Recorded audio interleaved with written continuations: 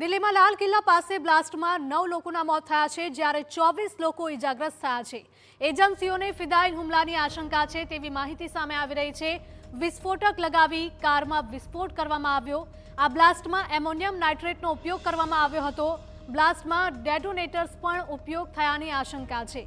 શંકાના આધારે અત્યાર સુધીમાં 13 લોકોની અટકાયત કરવામાં આવી છે અને આ તમામ લોકોની પૂછપરછ પણ હાથ ધરાઈ છે।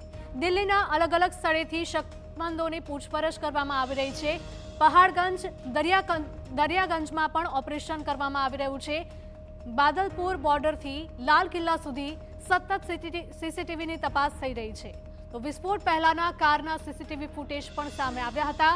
3 કલાક સુધી સુનહરી મસ્જિદ પાર્કિંગમાં આ કાર ઊભી રહી હતી। ડોક્ટર ઉમર નામનો આતંકી આ કારમાં હોવાની આશંકા। 1 સેકન્ડ માટે પણ આ ઉમર છે તે કારમાંથી બહાર નહોતો નીકળ્યો તેવું પણ સીસીટીવીની તપાસમાં સામે આવ્યું છે।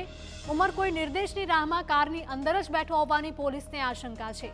બપોરે 3:19 કારની પાર્કિંગમાં એન્ટ્રી થઈ હતી અને સાંજે 6:48 પાર્કિંગમાંથી આ કાર બહાર નીકળી હતી। પાર્કિંગમાંથી નીકળ્યા બાદ 6:52 કારમાં ધડાકો થયો હતો, જે સફેદ i20 કારમાં વિસ્ફોટ થયો છે તેના સીસીટીવી પણ સામે આવ્યા છે। મંગળવારે થયેલ બ્લાસ્ટ પહેલાના સીસીટીવીમાં તે સફેદ કાર પાર્કિંગમાંથી નીકળતી દેખાઈ હતી અને તેમાં આતંકી ડોક્ટર મોહમ્મદ ઉમર હોવાની તપાસ એજન્સીઓએ આશંકા પણ વ્યક્ત કરી છે। આ ઉમર ફરીદાબાદ મોડ્યુલનો ભાગ હોવાની પણ આશંકાઓ છે। સીસીટીવીમાં દેખાય છે તેમ ઉમર પૂરા 3 કલાક કારની અંદર જ બેઠો રહ્યો હતો અને 1 સેકન્ડ નીચે નહોતો ઉતર્યો। પોલીસને આશંકા છે કે કોઈના નિર્દેશની રાહ જોઈને તે કારની અંદર જ બેઠો રહ્યો હતો અને તે જેવો જ પાર્કિંગમાંથી બહાર નીકળ્યો તેની સાથે જ કારમાં ભયંકર વિસ્ફોટ થઈ ગયો હતો।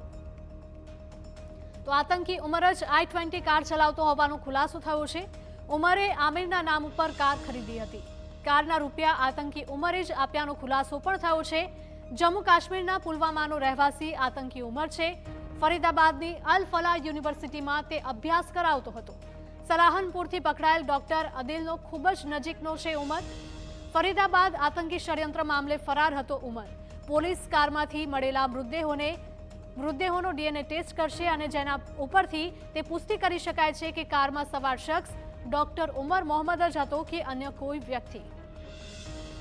તો દિલ્હી પોલીસે યુએપીએ અંતર્ગત એફઆઈઆર દાખલ કરી છે અને આતંકવાદ સંબંધિત કલમો હેઠળ ગુનો દાખલ કર્યો છે। આત્મઘાતી હુમલાની દિશામાં સુરક્ષા એજન્સીઓની તપાસ તેજ બની છે।